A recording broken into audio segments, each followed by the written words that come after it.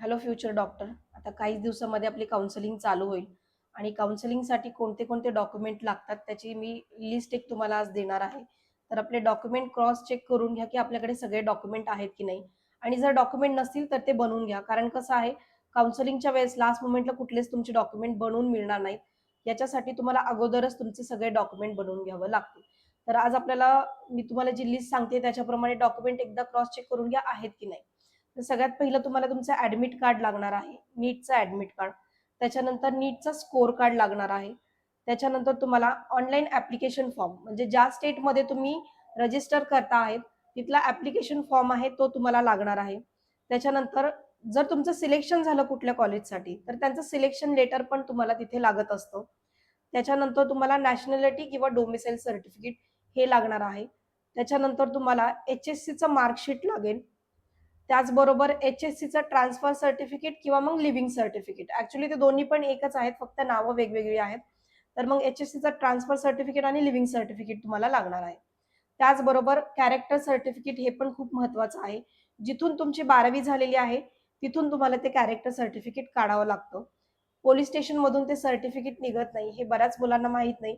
So जिथून तुमचं 12वी झालेलं आहे, ज्या कॉलेजमधून, तिथून तुम्हाला तुमचं कॅरेक्टर सर्टिफिकेट काढावं लागतं.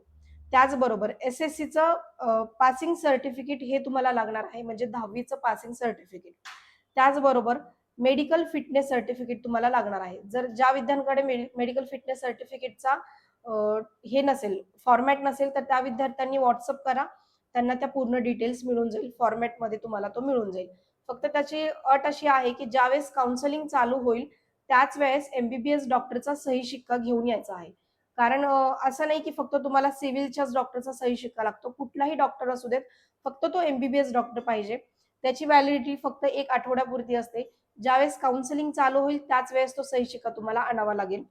त्याच्यानंतर कास्ट सर्टिफिकेट असेल, जर तुम्ही कास्टमध्ये असाल तर तुम्हाला कास्ट सर्टिफिकेट पाहिजे. त्याच्यानंतर कास्ट व्हॅलिडिटी सर्टिफिकेट हे तुम्हाला कंपल्सरी लागणार आहे जर कास्ट सर्टिफिकेट असेल. त्याच्यानंतर नॉन क्रिमी सर्टिफिकेट.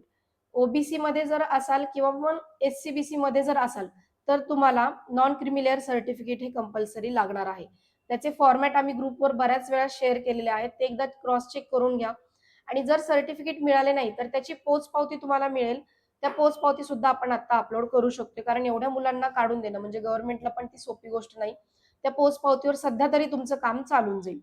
त्याच्यानंतर ई-डब्ल्यू-एस जर असेल, तर ई-डब्ल्यू-एसचं सर्टिफिकेट तुम्हाला लागणार आहे. त्याच्यानंतर ज्या मुलांचं रिपीट आहे, गॅप आहे, म्हणजे 1 वर्षाचा त्यांनी गॅप घेतलेला आहे आणि नंतर परत एक्झाम दिलेली आहे, त्यांना गॅप सर्टिफिकेट घ्यावं लागणार आहे. ते ₹100 च्या बॉन्डवर तुम्हाला लिहून मिळतं. तुम्ही कुठल्याही नोटरी काढणाऱ्या लोकांकडे गेलात, तर ते तुम्हाला ते गॅप सर्टिफिकेट काढून देतील. तर ते तुम्हाला लागणार आहे, जे विद्यार्थी रिपीटर आहेत त्यांच्यासाठी. जर तुम्ही हिली एरियामधून असाल, तर हिली एरियाचं सर्टिफिकेट पण तुम्हाला लागतं. त्याचबरोबर आधार कार्डची झेरॉक्स लागते तुम्हाला.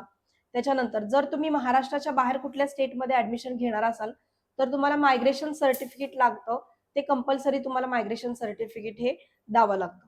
त्याच्यानंतर इन्कम सर्टिफिकेट जर कुठल्या फॉर्ममध्ये तुम्हाला मागितलं, तर ते तुम्हाला द्यावं लागतं. त्याच्यामुळे ते इन्कम सर्टिफिकेट पण तुम्ही काढू शकता. त्याच्यानंतर जे नीटच्या स्कोर कार्डवर तुमचे फोटो अपलोडेड आहेत, तेच फोटो तुम्हाला लागणार आहेत 15. तर ते फोटो तुम्ही 15 काढून ठेवा. त्याच्यानंतर जर तुम्ही मायनॉरिटीमध्ये असाल, जर जैन मायनॉरिटीमध्ये असाल किंवा मग मुस्लिम मायनॉरिटीमध्ये असाल, तर त्याचं पण सर्टिफिकेट तुम्हाला लागणार आहे. आणि जर तुम्ही डिफेन्समध्ये असाल, D1, D2 किंवा D3 त्याचे पण सर्टिफिकेट तुम्हाला ठेवणं कंपल्सरी आहे, जर त्याचं बेनिफिट तुम्हाला पाहिजे असेल. पण त्याचं बेनिफिट आहे ना, हे फक्त गव्हर्नमेंट कॉलेजला मिळतं. हे बऱ्याच विद्यार्थ्यांना माहीत नाहीये. जर गव्हर्नमेंट कॉलेजला तुमचा नंबर लागला तरच त्याचं तुम्हाला बेनिफिट मिळत असतं. अदरवाईज प्रायव्हेट कॉलेजला त्याचं बेनिफिट तुम्हाला मिळत नाही. एक्स सर्व्हिसमॅन जे असतील त्यांना ते सर्टिफिकेट लागतं. नंतर ट्रान्सफर सर्टिफिकेट फॉर D3 हे जे डिफेन्सवाले आहेत, तुम्हाला जर काही क्वेरी असेल तर तुम्ही आमच्याशी कॉल करू शकता. त्याच्यात सगळे तुम्हाला डिफेन्सवाल्यांना सगळ्या क्वेरी तुमच्या सॉर्ट आउट केल्या जातील. लास्ट म्हणजे जे कन्फर्मेशन पेज आहे, नीटचं कन्फर्मेशन पेज ते तुम्हाला अपलोड करावं लागतं. आता हे जे सगळे डॉक्युमेंट सांगितलेले आहेत, हे पी-डी-एफ फॉर्मॅटमध्ये ज्यावेळेस आपण ॲप्लिकेशन देतो त्यावेळेस तुम्हाला लागतात. पण ओरिजिनल जे डॉक्युमेंट तुमचे हे सगळे आहेत, ते कोणाच्याच हातामध्ये देऊ नका. हे फक्त आणि फक्त तुमचं जेव्हा ॲडमिशन होईल, त्यावेळेस तुम्हाला हे डॉक्युमेंट फक्त कॉलेजला द्यावं लागतात. कुठल्याही लोकांकडे तुमचे ओरिजिनल डॉक्युमेंट देऊ नका. ह्या मी वारंवार सांगत असतो, कारण कन्सल्टंट लोक त्यांच्याकडे डॉक्युमेंट घेऊन ठेवत असतात. कुठलेही ओरिजिनल डॉक्युमेंट तुमचे कोणाला देऊ नका, कारण त्याच्यावर भरपूर स्कॅम होतो ओरिजिनल डॉक्युमेंटवर. तर ज्यांच्याकडे तुम्ही पेड काउन्सिलिंग लावलेले आहेत, त्याच लोकांना फक्त तुमचे पीडीएफ फॉर्मॅटमध्ये डॉक्युमेंट द्या आणि स्वतःची फसवणूक होऊ देऊ नका कुठल्याही डॉक्युमेंटमध्ये. ही डॉक्युमेंटची लिस्ट आत्ताच बघून घ्या, कारण काउन्सिलिंग काहीच दिवसांमध्ये चालू होते. लास्ट मोमेंटला तुमची कोणतीही गैरसोय होऊ नये याच्यासाठी तुम्ही आत्ताच डॉक्युमेंट तुमचे काढून घ्या.